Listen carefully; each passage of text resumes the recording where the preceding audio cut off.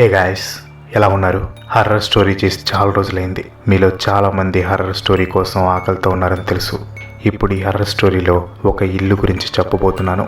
ఆ ఇల్లు గురించి, ఆ ఇంట్లో తిరుగుతున్న ఆత్మ గురించి మీరు తెలుసుకున్నాక, ఒకవేళ మీ ఇంటి దగ్గరలో పాడుబడ్డ ఇల్లు ఉన్నా సరే ఆ ఇంటిని చూసి భయపడిపోతారు.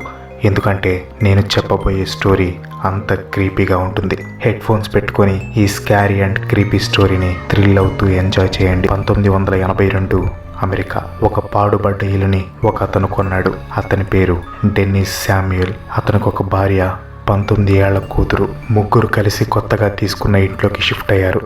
లగేజ్ అంతా నీట్గా సర్దుకున్నారు. ఇల్లు వాళ్ళకి బాగా నచ్చింది. ఇంట్లోకి షిఫ్ట్ అయిన ఫస్ట్ 3 రోజులు బాగానే గడిచింది. కానీ ఆ తర్వాత నుంచి వారికి అన్ని చేదు సంఘటనలే. డెన్నిస్ శామ్యూయల్ ఆఫీస్కి వెళ్తున్న టైంలో యాక్సిడెంట్ జరిగి అతని 2 కాళ్ళు పోగొట్టుకుని ఇంటికే పరిమితమయ్యాడు. దాంతో డెన్నిస్ భార్య డైలీ లేబర్ వర్క్స్ చేస్తున్న ఏవో ఒక కష్టాలు ఆ ముగ్గురిని వెంటాడుతూనే ఉండేవి.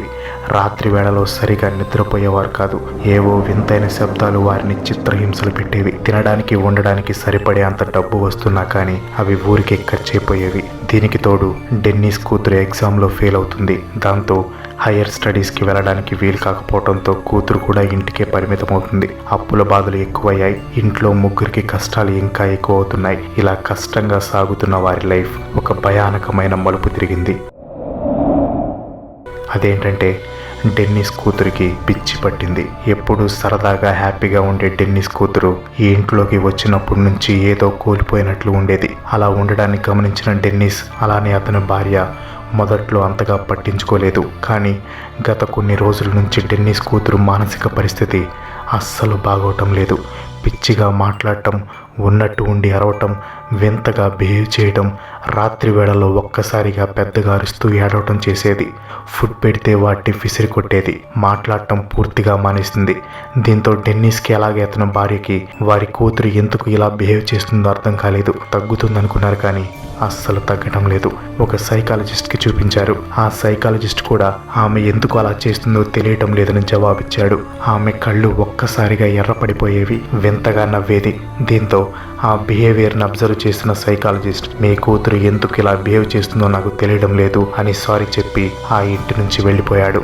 దీంతో డెన్నిస్కి ఏం చేయాలో తెలియక ఒక చర్చి పాస్టర్ని తీసుకువచ్చాడు. ఆ చర్చి పాస్టర్ని చూడగానే డెన్నిస్ కూతురు అతని నుంచి దూరంగా వెళ్ళిపోతుంది.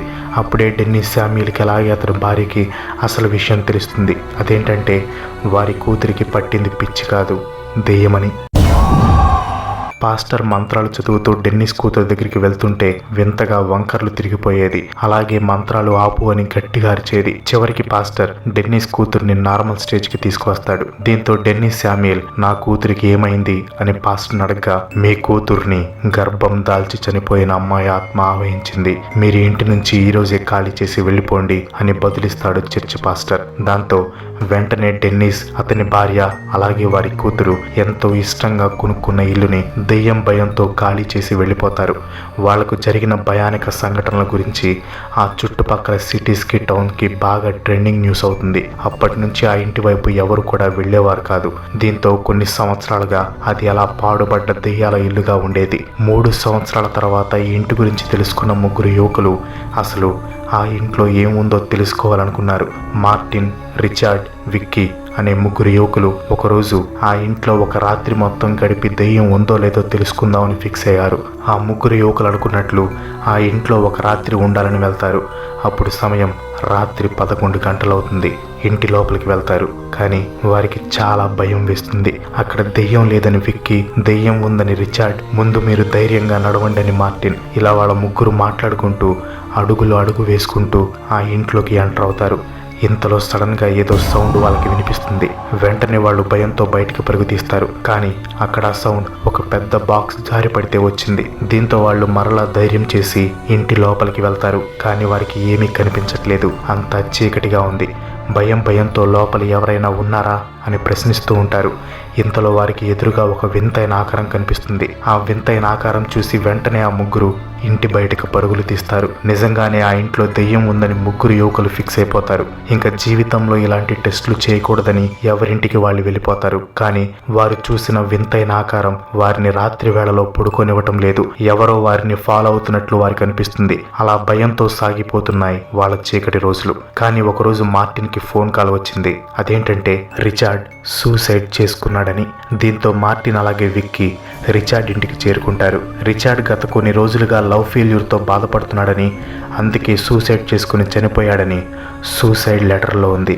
దీంతో మార్టిన్ విక్కీ పోలీసులతో ఇలా చెప్పారు: మా ఫ్రెండ్కి లవ్ ఫెయిల్యూర్ వంటి ప్రాబ్లమ్స్ ఏమీ లేవు, అసలు వాడికి లవరే లేదని, ఇది సూసైడ్ కాదని మీరు ఇన్వెస్టిగేషన్ చేయాలని కోరారు. కానీ పోలీసులు మాత్రం దాన్ని సూసైడ్ అని కేసు క్లోజ్ చేశారు. ఎందుకంటే ఎవరైనా హత్య చేశారనుకోవడానికి ఎలాంటి ఎవిడెన్స్ లేవు.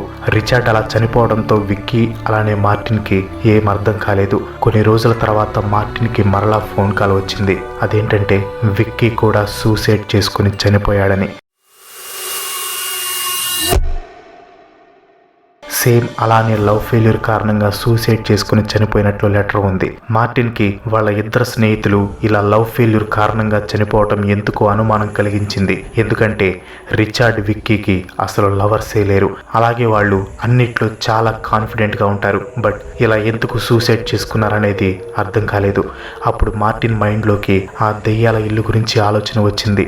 ఆ పాడుబడ్డ ఇంటికి వెళ్ళి వచ్చినాకే ఫ్రెండ్స్ చనిపోయారా, నన్ను కూడా ఆత్మ చంపేస్తుందా అని మార్టిన్ అతను క్వశ్చన్ చేసుకున్నాడు.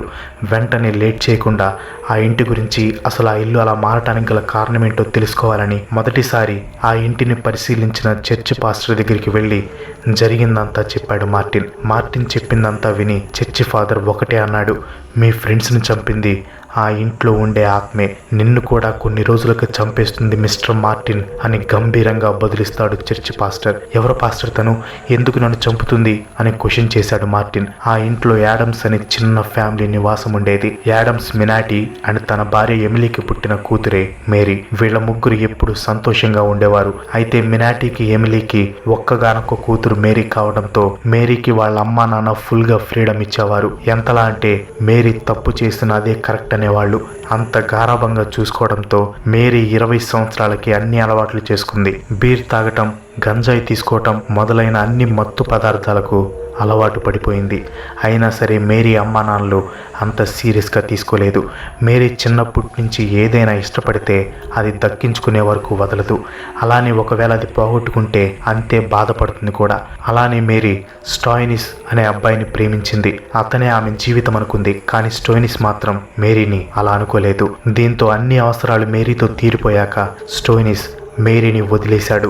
ఆ బాధతో మేరీ పిచ్చిదాన్లా అయిపోయింది. ఆమె బాయ్ ఫ్రెండ్ మోసాన్ని భరించలేకపోయింది. మత్తు పదార్థాలకు ఇంకా ఎడిక్ట్ అయిపోయింది. ఇంట్లో నుంచి బయటకు వచ్చేది కాదు. వారి కూతురు మేరీని అలా చూసి ఆమె తండ్రి మినాటీ హెల్త్ పాడైపోయింది.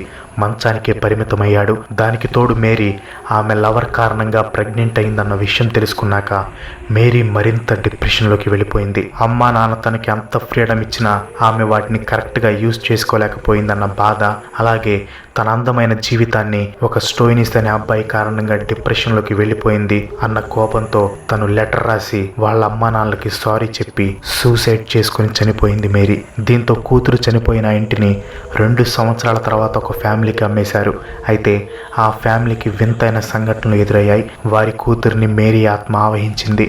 అప్పుడే నాకు అర్థమైంది, ఆమె ఆత్మే అక్కడ ఆ ఇంట్లో పగతో ఘోషిస్తుందని, అబ్బాయిల మీద పగతో చంపేస్తుందని, మీరక్కడికి వెళ్ళిన కారణంగా మీరు కూడా స్టోయినిస్ లాంటి మగాళ్లే అని ఆమె భావిస్తుంది. కాబట్టి నువ్వు కూడా ఇంకా కొన్ని రోజుల్లో చనిపోతావు అని చెప్పాడు చర్చి పాస్టర్. ఆ ఇంటి కథ విని అలాగే ఆలోచిస్తూ ఆ రోజు రాత్రి భయంతో గుండాగి చనిపోయాడు మార్టిన్. యాడమ్స్ హౌస్, ఈ హాంటెడ్ హౌస్ నిజంగానే అమెరికాలో ఉంది.